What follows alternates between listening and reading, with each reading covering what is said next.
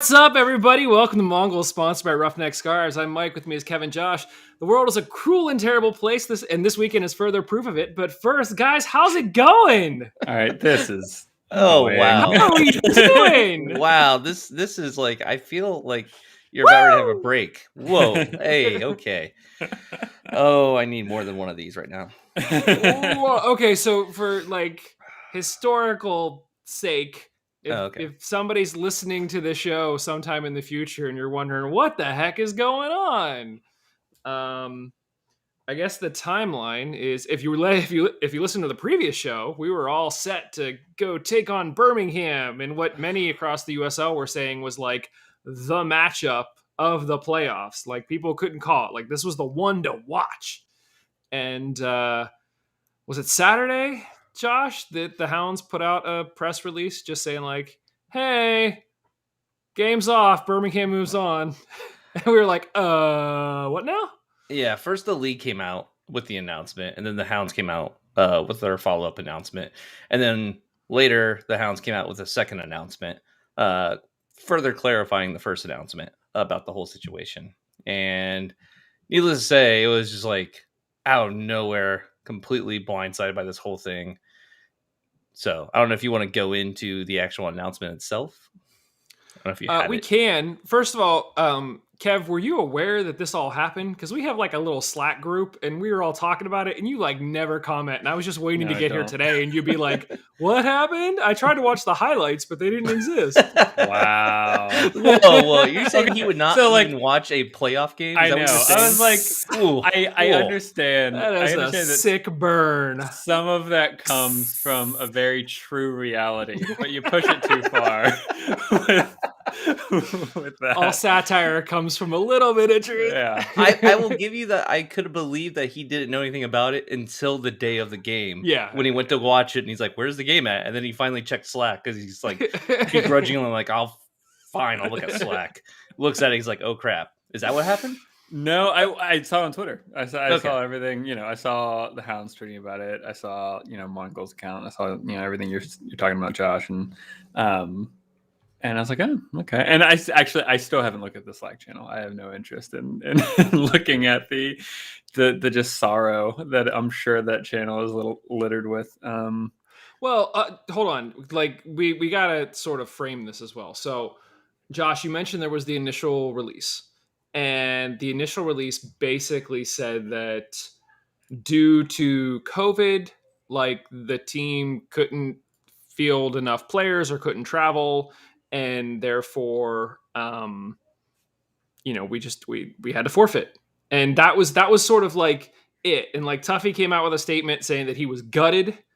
And like, hold on, the actual text of the statement was, "I'm gutted right now for Bob Lilly, his staff, and our players to have the season end like this after all their whole hard work. I'm also disappointed for our fans who have been behind us all season. I hate to see our season end this way, but we're going to come back even stronger next season." So that's all we had for a while. And then rampant speculation swept the internet because the internet, come on. Like, what did you think? You said you can't play because of COVID.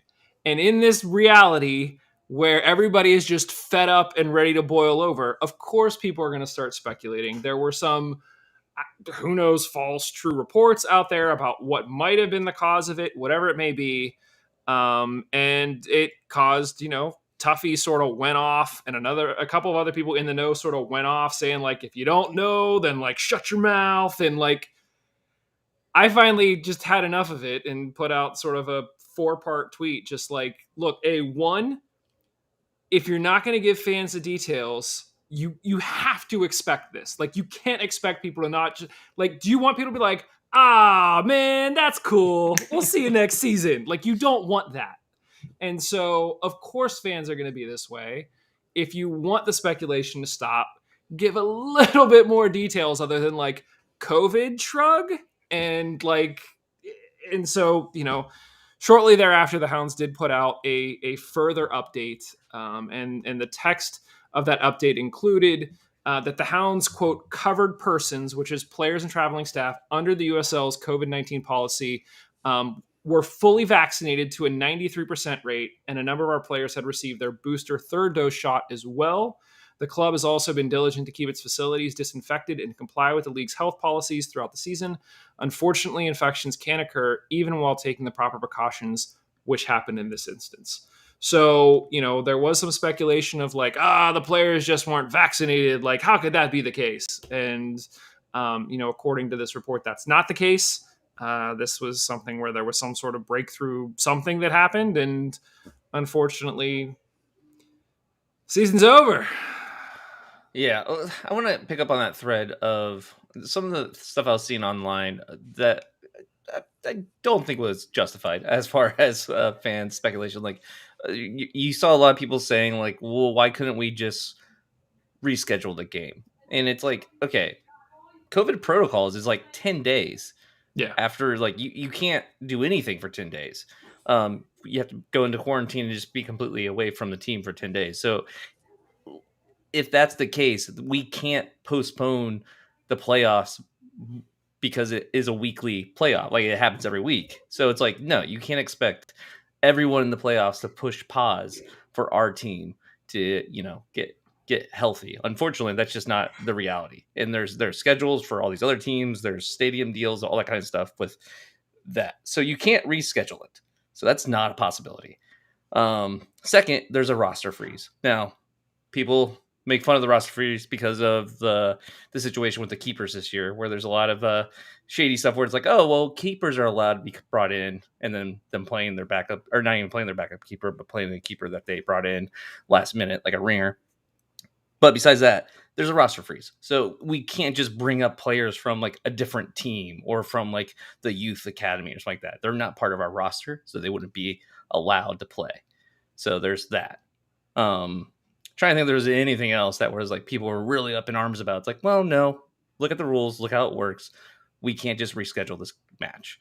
It sucks. It really sucks. But like they also said, there was no way to even piece together a team for this. So right.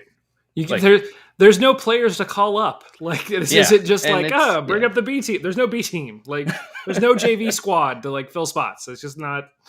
And then as far as the vaccinated rate goes, I mean, like 93%. So we know there's like 24 guys on the roster, plus like, even if it's like, it's not even 10 people, it's like 5 people that travel with them. But let's say if it's, 33 people total, like that's like one person not vaccinated. Like that's 93% of that number. Like it's not like there was a huge unvaccinated where only the people who were unvaccinated got it, and therefore we couldn't fill a team. We could have filled a team if that was the case. So it was enough people that were actually vaccinated. Yeah. As Steve just pointed out in the chat, I think we all know Tuffy would have fought tooth and nail for the game if there was any possibility.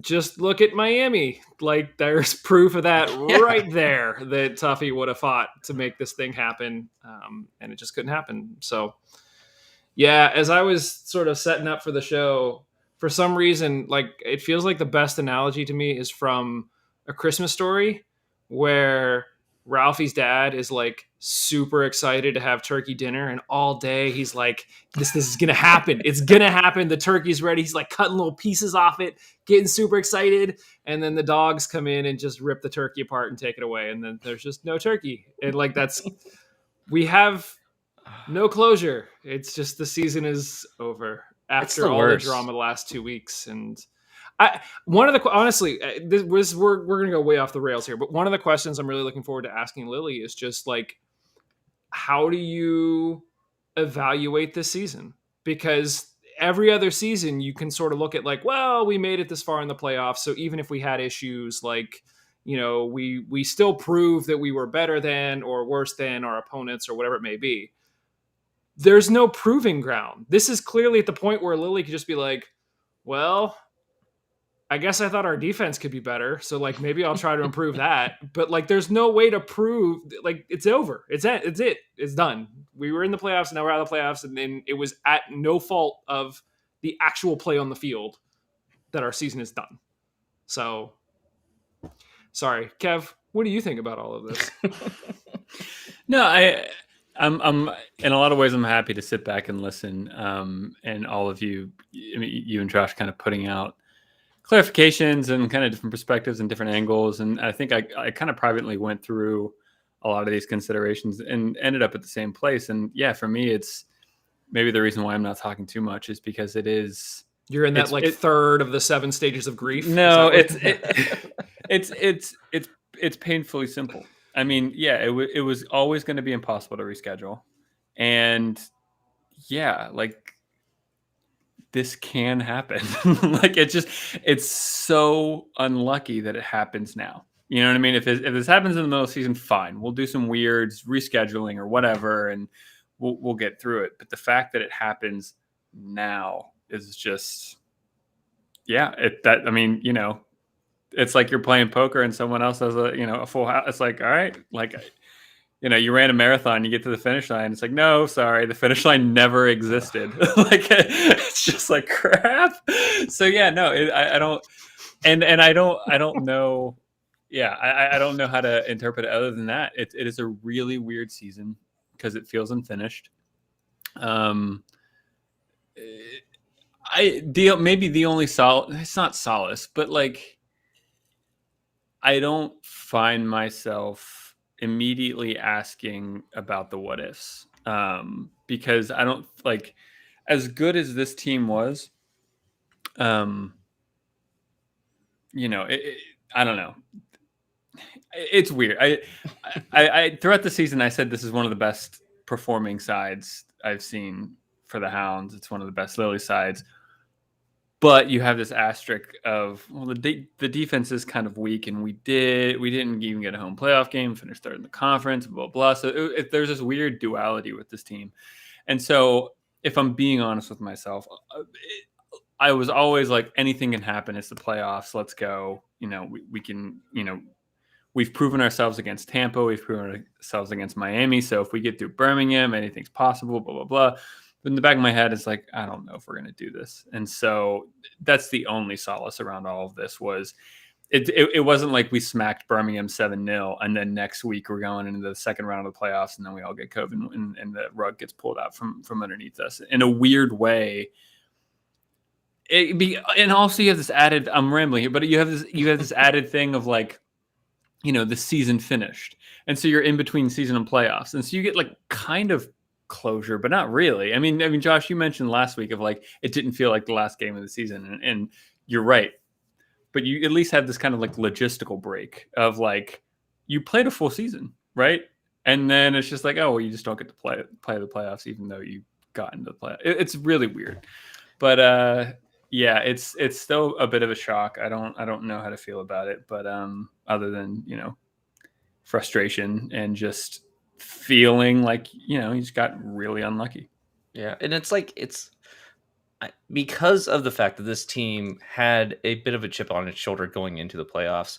I'm the most upset for the guys on the team not being able to like prove themselves because there was a lot going against them, and I feel like there was this big chip on their shoulders going into these playoffs. Like, we have to prove that we're worthy of being in here, even though they almost got second place in the division. Like, it still was like a situation where it's like, people are kind of like counting them down and out because of the last couple of games. So it really sucks that they don't get an opportunity to show, the detractors that they had what it took. And, pulling back a little bit, not worried about the game itself, but the players. Like, I'm hoping everyone's okay. We don't know how bad people have COVID as far as like, if they're showing symptoms or like what's going on with them. So like, you would think a whole bunch of soccer players, healthy, younger, they'd be able to battle this, but you never know with COVID. So like, it's also scary. Like, we don't know who has it and how bad they have it. So yeah, that's a really good point. I that completely went over my head. I think intuitively, I thought that opposite of it, Josh. I was like, oh, well, most of them are vaccinated. They're all healthy. They're all young. Like, yeah, of course they'll be fine. But no, that's a really good point. Yeah, you just don't know. You don't know how they're going to handle it. So, like, I'm worried about the players themselves. Like, I want to know that they're all okay. And, like, obviously, it's their private, their privacy matters here, and they can, tell us as they want to. But I just hope they're all doing okay. I did try to get as much information from inside sources about if Bob was okay, because he's not a younger guy. And he struggled with, health, like a little bit with like weight. We saw that he lost a lot of weight. So it's like, Is he okay? As Yeah. far as I've heard, he doesn't have COVID. He's okay. So Yeah, I haven't heard anything specifically, but like I said, I do know that he is going to be having a press conference via Zoom later this week as sort of like an end of season thing. So hopefully that's a good sign, at least for him. Yeah, and I mean, look, I'll go on a bit of a rant because we've got 45 minutes to fill and there's no game to talk about. But when this all happened, I think my mind immediately went to the worst, and I shared this with these guys in our little chat. But I have a couple of friends out in Westmoreland County who are both healthcare workers, and you really don't hear a ton about COVID anymore. Like it's around, but like it's not in the news all the time or anything like that. And these are two women that are just amazing people that I said, like, if I was having, life-threatening procedures done, I'd want them at the side of my table. And they are absolutely getting crushed right now. And in terms of like no hospital beds, like having to turn people away, because COVID is still a very real thing, and breakthrough cases are leaving people with just like tattered lungs, and it is very, very serious still. And these are people that I absolutely feel for. They talk about just like the stress that they bring home and they end up putting on their families because they're dealing with this, and like going through multiple therapists because like no one can actually understand the pressure of trying to deal for people or help people who like are refusing to get vaccinated and don't want to help themselves. And it's just this revolving door. And so, that was sort of immediately where my mind went to. And it's just keep being diligent for those of you out there who are being diligent, because this is not something that has gone away. It's just that we've stopped talking about it because people are tired of hearing about it, but it still is a very real thing. I literally just got the obituary for a friend of ours from scouting who passed away today because of COVID. So like it's a thing. And so, yeah, the players' health absolutely in the forefront. I think a lot of the outrage could have been interpreted as just like, oh, well, it's their fault. And that's not really the case. I think we always will have the players and the coaches forefront of our mind. It was just frustration at that, like you said, the rug was just pulled out. I mean, if I could sort of sum up everything in sort of one clip, it would probably be this. The corner, that's it. Let's get on with the game, I guess. So after all of that, we have a corner for Pittsburgh. That's terrible. That's terrible. Who You did this knew? whole heartfelt thing at the very end there, and then you ended it with that damn clip. It is pretty good. It's pretty good. Pretty good, Mike. Pretty good. I mean, but just seriously, like that's what happened. We got a goal and it was turned into a corner kick. And that's how we end the season. Not that it needs any more context too, but I mean this maybe just my last point on this. The speed at which the announcement kind of came out and the timing of it, I think also made it more difficult to immediately kind of accept with It was the day before. Yeah, Like- to accept with kind of like a logical perspective, right? Yeah. It, like when things that kind of build up and you're like, well, we're getting rumors that like the game might be canceled, or oh, there's this and that, and there's reports and blah blah blah. It was just like the day before everything came up for the season, and then big expectations. We're all getting ready, and then in one tweet, it's just like, nope, all right, it's done. And I think that's what also made it like such a kind of like a quick kind of like plunge into the ice bath, kind of just like what, like, and yeah, and it was not this gradual to this bombshell report that this thing came out. It was just like a quick thing, and then we all had to kind of get on with it. And I can't remember if it was the day before or 2 days before, but the Hounds tweeted out a video of like, what are you most looking forward to this playoffs? And like every player was like winning, like cold, dead eyes looking in the camera, to the point that you're like, damn, they gonna do this. Like they got the confidence, they gonna do this. And then it's just like, nope. And So- I can't imagine being Birmingham right now, as far as like their supporters, and their fans. And like that sucks. Like that was the one, not solace I had, but like one of the things I thought of. We had that replay match that 23-minute match, and we got the point that we needed, or we got the 3 points we needed out of that match. And imagine if we would have gotten it done that last game, and if we were all like, raring to go for a home playoff game, and then suddenly this happened, like, it was bad enough, having to cancel a watch party for this game. And like, I can imagine how devastating it would have been. You're like, what am I gonna do with all this smoke? Like, well, like we do TIFO for it, so like we were planning a TIFO. Like, okay, if we have a home playoff game, here's what we gotta do for TIFO. Like, we have all this ready to go. And like, so I know that's what they did. That's what Birmingham fans did. Like, they've had it all planned out. I'm sure they probably had, all this going for them, and then have that rug pulled out from them. At least they have the solace of knowing that they get the automatic win, so that's good. But this is probably going to be their only home playoff game. Yeah. Now they go on the road to play Tampa. Yeah. So, yeah. So that sucks. That really blows. I mean, no one wanted the game to be canceled, obviously. So everyone did what they could have to make sure it could be played if it would have been able to be played. So yeah, it sucks. It's a really crap way to end the season. This comment feels more for like a podcast for where we're recapping the entire season, and I know we're not doing that here, but it's a really cool thing to do if you were Lily in the club, and which would give us a great is say, all right, we're re-signing everyone and we'll give you your chance again. And like, these players work so hard to get to the playoffs, and you should come to the press conference with Lily and ask him that question on whatever day. Well, it's not a question, it's a comment. It's you say, would you like to comment on the idea? I think you should do this. That's not a question. That's some idiot podcaster being like, hey, I know more than you. Like, self-awareness. But I do think, I mean, one of the things that, we always sort of look at, like, we'll look at last season and be like, oh, that was like COVID season. Like, everything was crazy. They played for a little bit. Then they took a break for a little bit. And then they came back and played. So you sort of like discount that. This is very different because the rest of the league moves on and we just like stopped.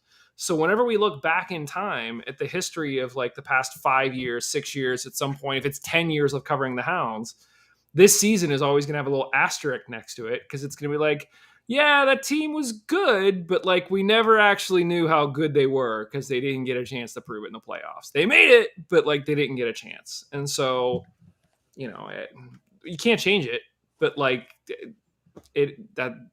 I'm trying very hard to not say it is what it is, but that's what's going to be written on our dad's tombstone, Josh. That's that's how he closes everything. It is what it is. So, all right, let's change the subject to other news that just came out. Hold on one second. One last thing. For half a second, we considered making this like our season wrap-up show, and then we were like, nope, not doing that. Like, we're not ready for that. We need more time to just like let this process. We will do like a big season wrap-up blowout show, bring on the rest of the Mon Goals crew. Steve is just flipping out in the comments. Although I don't think his last comment is related to the Hounds. I think it's related to EPL, but irregardless. The season wrap-up show will be coming, just not tonight. So, Josh, continue. So big news. I don't know if everyone saw it, but the rumor right now, we should know tomorrow night for sure because that's when they're having a press conference type thing. Detroit City FC might be joining the USL Championship. That's pretty huge. I don't know if you guys know much about Detroit. But one, they're crazy. Like, their fans are awesome. Yep. They're known for like giant displays of smoke every single goal, and it just looks like crazy. They let it off for more than just goals. It's just a constant flow of smoke coming from their section. Really hardcore fans, really just passion, a lot of passion that you wouldn't expect for essentially Division 3 team. They bounced around. They're also like all about community, all about being owned locally, which there's going to be questions about that because what is it for US or for second division? I think you have to have a player or a manager that has like something. I can't remember. They have to have a certain amount of cash. Yeah, they have to have a certain net worth. Yeah, I can't remember what it is. But it's a lot of money, and it doesn't look like their current owners will have that much money. A single one of them would have that much money because I think it has to be a single person. has that much. So it's going to be weird. We're going to see how it works. But this would also be probably our closest team now. Like Detroit would be de facto our away trip if we go by distance. Assuming we're in the same division, but yes. Well, That just dawned on me. USL, like they're saying it's our division. Like, oh really? Yeah, like that's what it's looking like. They're going to be coming to. It's not going to be League One. It's actually going to be our division. No. But I mean, like. Oh, I'm this sorry, year division, with not 4 yeah. divisions. Yeah. If that's what they're calling it, or is it? It's not conferences. Yeah, you're right. Yeah, it's divisions. It's confusing. I would think so, right? Like, I would hope so, but like, I don't know. I think we're only going to have East and West next year. That could be, yeah. Because I think with especially if a bunch of 2 teams go to their own league, that we're going to have less teams to begin with. So they're probably going to want to just have 2 conferences. Kevin, what's that look on your face? Oh, I'm just scrolling through Google Images of Detroit City FC, and it looks awesome. Yeah. Yeah. Somebody did like a documentary about their fans at one point. You might be able to find it on YouTube. Oh, like, it's legit. Like, yeah, they're awesome. It's really like they have passion that I have not seen in lower division soccer in a long time. Like, it's pretty impressive. That's cool. So I'm excited for it because like going from, if you like think about, the Hounds history of who we had as our rivals, or like, I'm not even saying they're necessarily going to be the rivalry, but they're going to be the closest team to us. So it's going to be like de facto the easiest one to do away trips to and that kind of stuff. But like we had City Islanders, Harrisburg. They had like 7 people in their supporters group, and like I think the board was like 3 high school kids. Like it wasn't much. How far away was that trip for you guys? I can never remember the distance. Was that like 5 hours? That was like closer than that, I think 4, 5, something like that. Yeah. Okay. It was a pretty easy trip.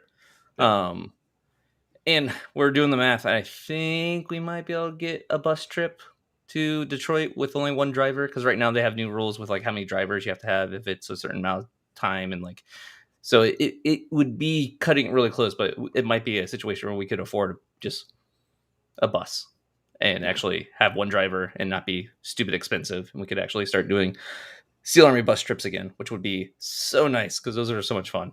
So yeah, I'm excited for this. Like it's huge news if it's true. It looks like it is true, but we'll find out for sure. I think 6 p.m. tomorrow they have they invite all the supporters to the stadium, and they're going to have like a conference with them about it. So I think the announcement's going to be official tomorrow.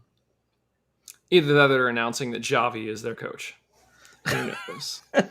Wait, no, Kev, did they already announce that? Is he? Yeah, no, they already announced that he's Barcelona. Yeah. Oh, that's right. Yeah. I totally missed that. Sorry. I thought he was going to sign for Aston Villa, but that's not... If you're not looking on Twitter, the banter already has started with USL accounts, like USL memes and those type of accounts with the supporters group for Detroit, and it's been lovely already. A lot of another thing about Detroit is they're all like anti-corporate and like really making a big deal about USL and MLS being like corporate shill leagues and how they would never support them. And now it's like, well, it's okay because it's singing, changing their tune. So there's a lot of fun banter between them. And like they had a nuanced answer for like why it's okay and like how, survival is key here. If it's no team or a team in the USL, they would rather have a team in the USL. And how they can make better change from the inside than from the out. A lot of good messaging and good spin, but it's still spin. And it's like they came out hard against USL for like 3 years, and now it's like, that doesn't look that bad.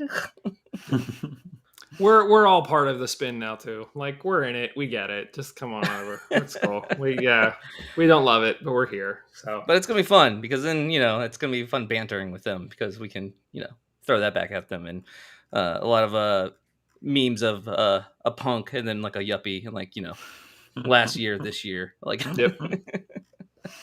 Nice. I'm excited. I think it's gonna be so much fun to have them in the league if it's true, and I'm really hoping it is. It'll be interesting. I mean, we're obviously going to get into this in the offseason a lot, but there's a lot of talk of a lot of changes that could be coming heading into 2022. I mean, Josh, you already sort of alluded to the fact that a number of the 2 teams are going to be gone. basically just gone, like not part of the championship anymore at all. The USL had tossed around the idea of switching the schedule to mirror the European schedule. And when the news came out, I asked Lily, and he was like, I'm kind of focused on the season right now. Ask me in the off season. So maybe that'll come up later this week, but we'll see. He probably still hasn't thought about it. We might have to wait until like January when we talk to him, and then, he can. And he's be like, it's January. It's cold. I don't want to play right now. I don't want to play right now. I don't want to. I'm still building out my team. Ask me next year. But I mean, who knows? There's still all this talk of Pro Rel. There's talk of these interdivision, as in League One and Championship, or League Two and Championship tournaments. I didn't think we'd be having this conversation this early. So like, it just, yeah, here we are. JF just said USL isn't that horrible. It's not a super league, quotes. Well, the USL owns a super league there, JF. Yeah. It's just the women's league, which is awesome. So love to see have a Hounds women's team in the super league. But we'll see what happens. So Detroit's happening. Well, we don't know Detroit's happening. We hope Detroit's happening. Yeah, it's probably happening. We will know probably by the next show. But yeah, like I said, we're gonna be talking to Lily later this week, just sort of getting his thoughts and takes on things. So if you guys have questions that you'd like us to ask Lily, we're happy to be sort of the conduit and literally say like, "Hey, JF on Twitter asked," and see what Lily has to say. So let us know on Twitter. Send us your messages, DM us if you'd like to. That's a thing. I don't know. Anything else for this one, guys? I'm like, I feel bad for the players. Like a lot of the players came out on Twitter just saying how gutted they were, and you don't know how many of these guys like unknowingly played their last game as a Hound, like not even thinking like, well, I got the playoffs to prove myself, and then it's just like, nope, that's over. So guys who are on their second year of their contract, which we've sort of seen in the past, that's it. See you later. Have we seen the end of Griffin and Velarde and Rivera and really? You want to end the show? No. How was your weekend? We're not gonna get it. I'm trying to think of other positive things to cut. I mean, what teasing a kind of season wrap up video. People don't care that much about what we have to say. Come on now.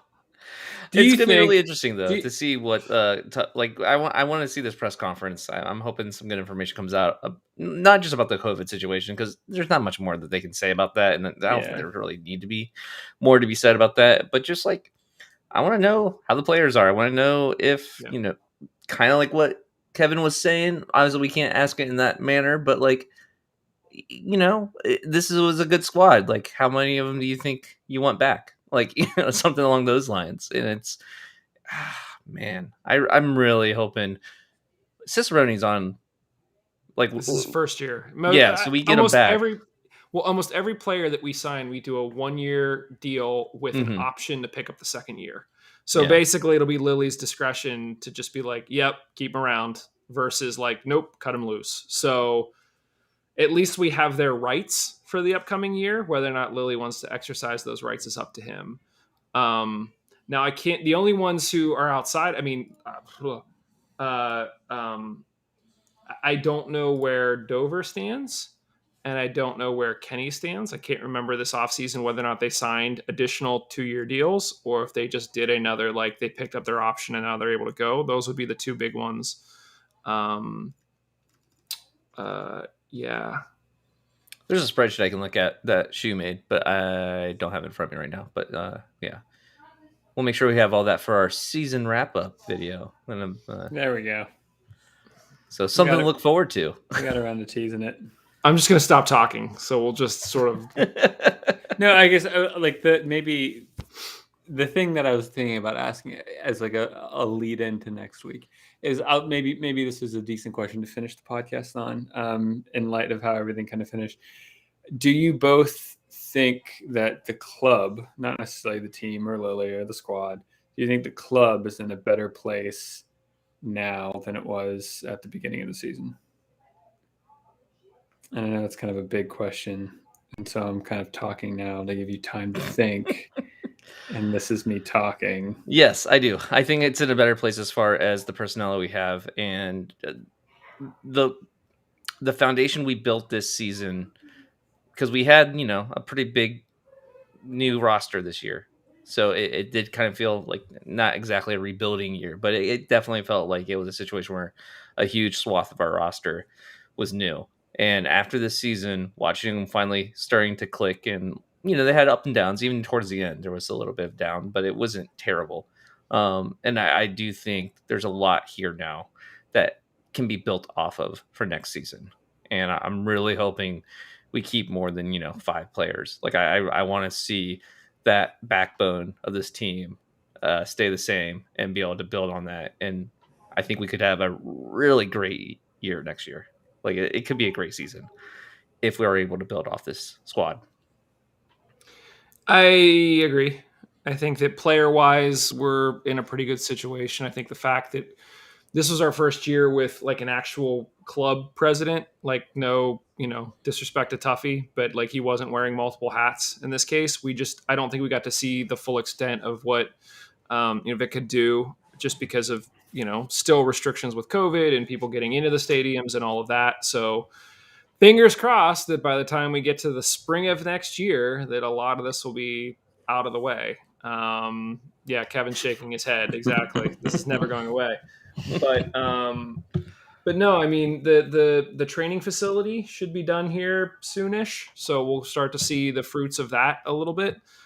We did have a couple examples of players moving up from the youth system up and training with the team and actually getting a few minutes with the team this year. So that's something that I think we've been calling for forever. So yeah, I mean, I think that if we were comparing to where we are at the end of this season to where we were at the end of last season, I think we're in better footing this year than we were last year. Josh, I know it's hard to compare against last year because last year, fans in stadiums were, but this year, going up qualitatively, because I'm sure there are numbers out there, I just haven't looked at them. Did attendance numbers seem, relatively higher compared to the last 3-4 years? Yeah, it was a little bit rough because I feel like there was still some hesitancy near the beginning of the season, and then also just throughout. The numbers they were not the highest I've seen at Highmark. I feel like the year before COVID, they were higher. But I mean, there's a lot of factors there. So I do think as far as the stuff Vic was able to do, because he came in pretty close to the beginning of the season. It wasn't like he had a huge runway here. Right. So I feel like given more time, he can do more stuff. But there was definitely things done this season that you could tell they're going towards the right direction, trying to make more points of sale for vending and that kind of stuff, the food, the drinks. They had the whole fan tailgate zone thing going on where they had food trucks every day for every game, in a whole section where they even had an outdoor merch van with a lot. It just looks really cool. They had drinks out there, DJs out there, food trucks before the games. It was a lot of stuff happening compared to the year before. So yeah, I think given another off season, hopefully Vic sticks around and can build on what he did this year. And it's going to be interesting to see how it grows, because I do feel like it was going in the right direction. So yeah, agreed. One last question, then we're going to get out of here. JF asked, "What's your prediction for the playoffs? We can still support the league." I think Phoenix is going to take it all, guys. They're just going to. Wait. Oh wait, no. Phoenix lost. What? Womp womp womp. At least one good thing happened. That's right. Yeah, I think the East is going to come down to once again Tampa and Liverpool. Or I was going to say Liverpool. Tampa, Liverpool. Yeah, Tampa. Is that really what you want, Kev? You want Liverpool playing in the USL Championship? I just want good times. I don't care. I think it's gonna come down to Tampa and Louisville, and I think Tampa takes it. But that's just, I think that's division bias at that point. So Yeah, I could definitely see that. I think Tampa takes it. Yeah. I think Louisville is the villain that I just can't seem to like not hate. I have every reason to not like Louisville, but I can't help but admire them. So yeah, I'm pushing for Louisville. Ooh, look I don't at think you. they're that good this year. I think this is not their year. So like I mean, no, I was gonna say, was it their year last year? I mean, they were good last year, but yeah. Anyway. They are a model organization with a fantastic new stadium, and we've said it for years. Like when you're comparing yourself to other teams, they have a women's team that is now playing like a sister club. So, yeah. I saw a quick question in the chat about how good Charlotte is. I mean, I don't know. I think they're quite good, but That's true. Charlotte could be the dark horse. Like they could be the ones to actually take it this year, which would be interesting. I hope they don't because I hate them, but that could happen. on top of that, they're just incredibly hot right now. So I mean, they finished the season. I'm just assuming with the best form in the league because I think they won like the last 9 games or something. But yeah, Charlotte. And that's what the playoffs are about. It's not about how good you are all season. It's about, are you good at the moment the playoffs start and can ride that wave. So Charlotte is good right now, and that matters more than their record all season. Yep.